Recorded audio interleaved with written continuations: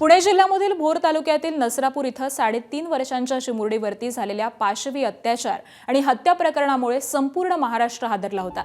या प्रकरणामधील नराधम आरोपीला कठोरात कठोर आणि फाशीची शिक्षा व्हावी यासाठी पुणे ग्रामीण पोलिसांनी अत्यंत जलद गतीने तपास चक्र फिरवून मोठी कामगिरी बजावली आहे। पोलिसांनी घटनेच्या अवघ्या 15 दिवसांमध्येच पुणे न्यायालयात तब्बल 1100 पानांचं दोषारोपपत्र दाखल केलं।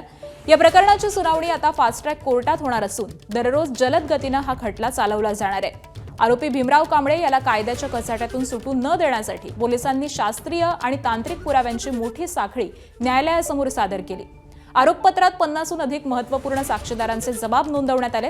तर या सगळ्याच भक्कम पुराव्यांमुळे येत्या आठवड्याभरात फास्ट ट्रॅक कोर्टात या खटल्याची प्रत्यक्ष सुनावणी ही सुरू होणार असून आरोपीला तातडीने शिक्षा होण्याचा मार्ग आता मोकळा झालेला आहे।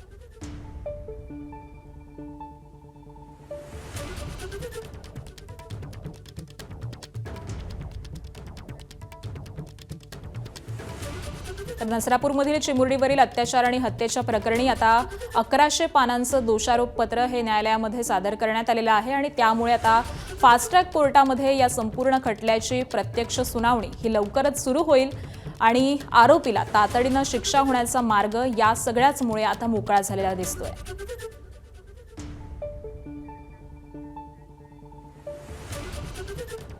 तर या आरोपपत्रामध्ये नेमकं काय आहे ते देखील जाणून घेऊयात।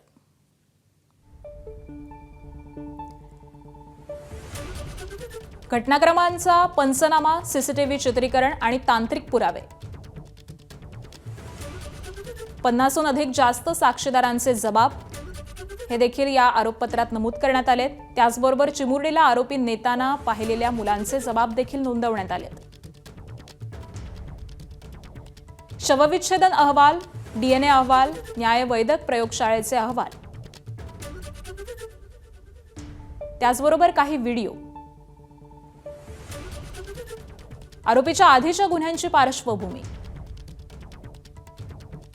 तर हे सगळं या आरोपपत्रामध्ये नमूद करण्यात आलेलं आहे। आणि याच सगळ्या संदर्भामध्ये अधिक माहिती जाणून घेऊयात। आमचे प्रतिनिधी मंदार गुंजारी सध्या आपल्या सोबत आहेत। मंदार, अखेर आरोपपत्र दाखल झालेलं आहे आणि त्यामुळे आता फास्ट ट्रॅक कोर्टामध्ये हे सगळंच प्रकरण आता नव्यानं पुन्हा एकदा सुरू होईल। या सगळ्याच संदर्भामध्ये नेमकी काय माहिती मिळतेय, काय अपडेट्स आहेत?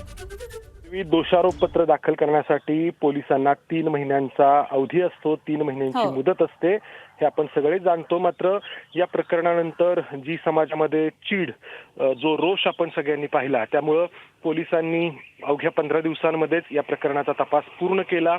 सुनावणी देखील आपण पाहिलं की खूप जलद गतीनं होत होती। आरोपीला प्रत्यक्ष न्यायालयात आणण्याऐवजी ऑनलाईन पद्धतीनं सुनावणी घेण्यात आली। त्यामुळं मधले ने आण करतानाचे अडथळे देखील या सगळ्या सुनावणी दरम्यान जाणवले नाहीत आणि आता दोषारोपपत्र दाखल झालंय।